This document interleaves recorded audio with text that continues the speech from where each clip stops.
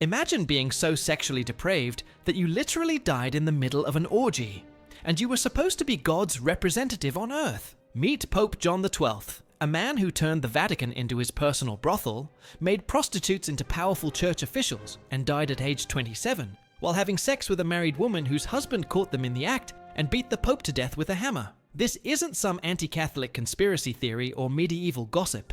This is documented history from the 10th century, when the Catholic Church was run by a man who was basically a medieval Hugh Hefner with unlimited power and zero self-control. We're talking about a pope who held orgies in St. Peter's Basilica, appointed his teenage mistresses as bishops, and turned communion wine into party drinks for his sex parties. If you think modern religious scandals are bad, wait until you hear what happened when the most powerful religious position in the world was occupied by a sex-addicted teenager who thought the Vatican was his personal playground. This story will completely destroy any romantic notions you had about medieval Christianity, and it gets worse with every single detail. But here's the truly insane part. His death during that orgy wasn't even the craziest thing that happened. What came next? The cover-up, the revenge, and the chain reaction of chaos makes his perverted life look almost tame by comparison. To understand how a teenage sex maniac became pope, you need to understand that 10th century Rome was basically Game of Thrones with crucifixes. This was the era historians call the Pornocracy. And yes, that's the actual academic term for when powerful Roman women controlled the papacy through sex, manipulation, and murder. The papal states weren't run by holy men focused on salvation. They were controlled by a handful of aristocratic families who treated the pope's throne like a family business. Except instead of selling products, they were selling access to God, political influence, and military protection. And the currency for all these transactions? Sex, violence, and betrayal. Enter Marozia, one of the most powerful and sexually aggressive women in medieval history. She had already been the mistress of one pope, the mother of another pope's child, and was essentially running Rome through a combination of seduction, intimidation, and strategic murder. When her teenage son needed a job, she didn't get him an internship at a bank. She made him pope. But here's where it gets absolutely bonkers. John became pope at age 18, which means he went from being a horny teenager to having unlimited religious and political power overnight. Imagine giving a modern 18-year-old control of the Vatican, a private army, unlimited wealth, and telling him that whatever he says is literally God's will. Then add medieval moral standards and zero accountability. That's the recipe that created the most sexually depraved pope in history. The Catholic Church tries to downplay this era today, but contemporary chroniclers wrote detailed accounts of what was happening in the Vatican, and their descriptions sound like porn scripts mixed with horror movies. We're talking about a time when being pope meant you could literally do anything to anyone and claim it was God's plan. Pope John didn't just bend the rules of celibacy. He took those rules, set them on fire, and used the ashes as lubricant for his next orgy. This guy turned the Vatican into a medieval version of the Playboy Mansion, except with more political power and significantly less concern for consent. Let's start with his appointment system, which was basically, hire whoever I'm currently sleeping with. John made his teenage mistresses into bishops, appointed his drinking buddies as cardinals, and gave church positions to anyone who could either satisfy him sexually or help him throw better parties. One contemporary chronicler wrote that the Pope made the sacred palace into a brothel and appointed prostitutes to manage church finances. But the orgies weren't just casual weekend entertainment. These were elaborate, multi-day events held in the most sacred spaces of Christianity. Picture this. While Christians across Europe were praying to saints and fasting for salvation, their Pope was hosting naked wine parties in St. Peter's Basilica, using Holy Communion cups as drinking vessels for his sex games, and forcing priests and nuns to participate in group sexual activities. The gambling was equally insane. John reportedly lost church treasures, including golden crucifixes and holy relics,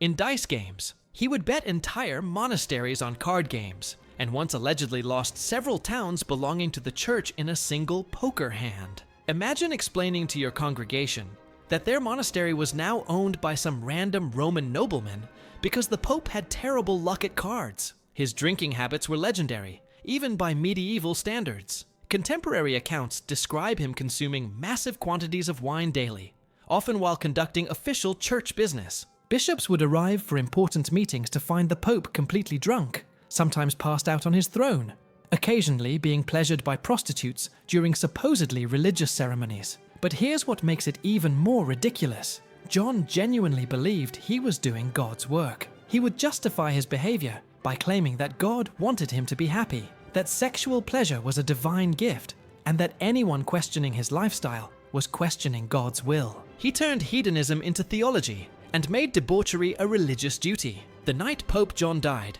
reads like a medieval crime drama directed by someone with a very twisted sense of humor. Picture this. It's May 14th, 964 AD, and the most powerful religious figure in the world is about to die in the most embarrassing way possible. John had been having an affair with a married Roman noblewoman named Stephania. Not just any married woman, the wife of one of Rome's most influential and violent aristocrats. But our Pope, being a 27-year-old who thought he was untouchable, decided that the best place for a romantic encounter was his private chambers in the Vatican, right under the nose of the woman's increasingly suspicious husband. The affair had been going on for months, with the Pope using his religious authority to arrange secret meetings. He would send official church messengers to deliver spiritual guidance to Stephania, which was actually just code for "come to my bedroom immediately." The Pope was essentially using the Catholic Church's communication network to arrange booty calls. But here's where John's arrogance became fatal.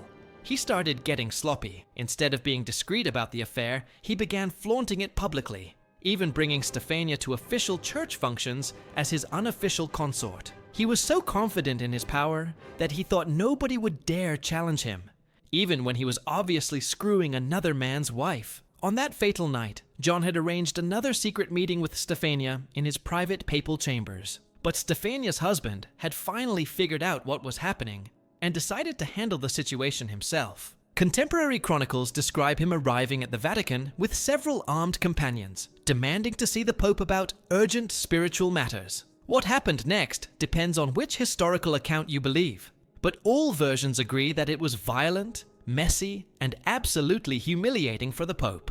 The most commonly accepted version says that Stephania's husband and his men broke into the papal chambers to find John and his wife in a compromising position. The ensuing fight resulted in the Pope being beaten to death with a hammer while still partially naked. What happened after John's death makes his perverted life look like a quaint hobby compared to the absolute chaos that engulfed the Catholic Church. Because when a Pope dies during an orgy, the standard procedures for papal succession don't exactly cover the situation. First, there was the immediate cover-up problem. The Vatican had to explain how their leader died without mentioning the orgy, the married woman, or the hammer-wielding husband. The official church announcement claimed John had suffered a sudden stroke while conducting private prayers. But in medieval Rome, where gossip traveled faster than official news, everyone knew the real story within hours.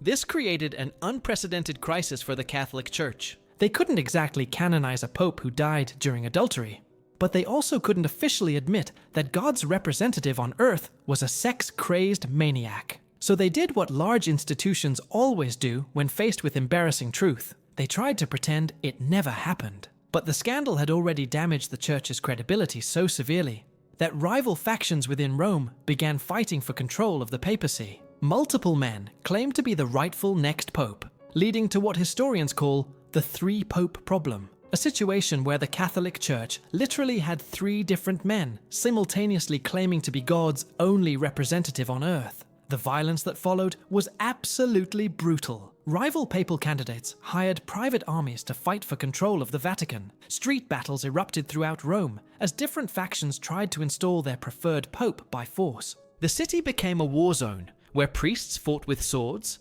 and bishops led cavalry charges against each other. Meanwhile, Stephania's husband, who had killed the Pope, became a folk hero among Roman husbands, but a wanted man by church authorities. He fled Rome, but continued sending threatening letters to church officials, promising to kill any future pope who tried to seduce married women. He essentially became the world's first anti-papal vigilante. The most insane part was that during all this chaos, regular church business had to continue. Catholics across Europe still needed baptisms, marriages, and funeral services.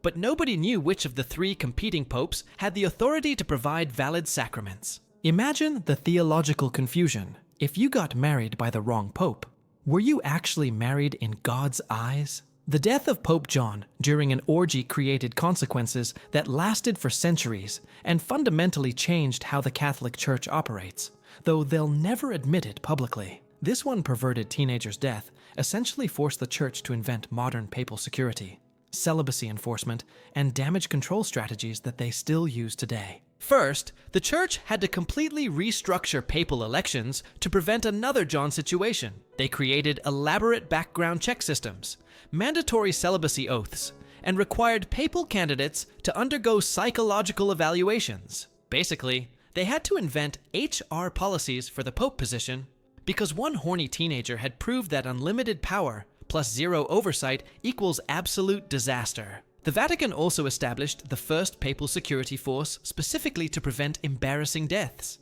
They couldn't exactly advertise bodyguards to prevent the Pope from being murdered during adultery, so they called it protection from spiritual threats. But everyone knew the real purpose was to keep future popes from ending up naked and dead in compromising situations. But here's the truly bizarre part.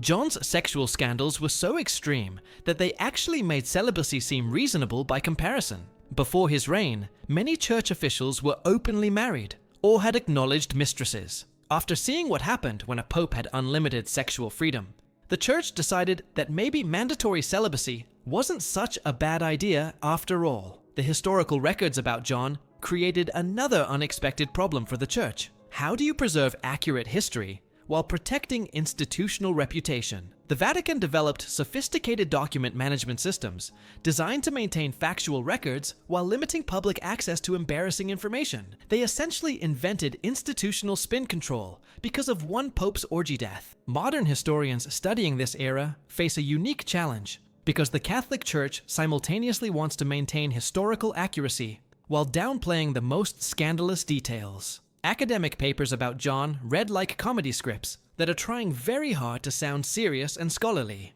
The most lasting impact of John's perverted papacy is that it completely changed public expectations about religious authority. Before his era, people generally assumed that religious leaders were morally superior to regular citizens. After watching a pope turn the Vatican into a brothel and die during adultery, Europeans became permanently skeptical about claims of spiritual authority. But perhaps the most ironic legacy is that John, a man who lived for immediate sexual gratification, accidentally created the foundation for modern papal dignity and restraint. Every protocol designed to make the Pope seem holy and untouchable exists because one medieval teenager proved that absolute power without absolute self-control leads to absolute embarrassment. Today, when you see the Pope surrounded by security, following strict protocols, and maintaining careful dignity in all public appearances, remember that those safeguards exist because 1,000 years ago, a horny teenager became pope and died during an orgy. John's perverted life and embarrassing death essentially forced the Catholic Church to grow up and take their own rules seriously. The Catholic Church will never officially acknowledge that their entire modern papal security and dignity system was created to prevent another orgy death. But that's exactly what happened. One teenager's inability to control his sexual urges changed the course of Christianity forever, proving that sometimes the most ridiculous historical events have the most serious long-term consequences.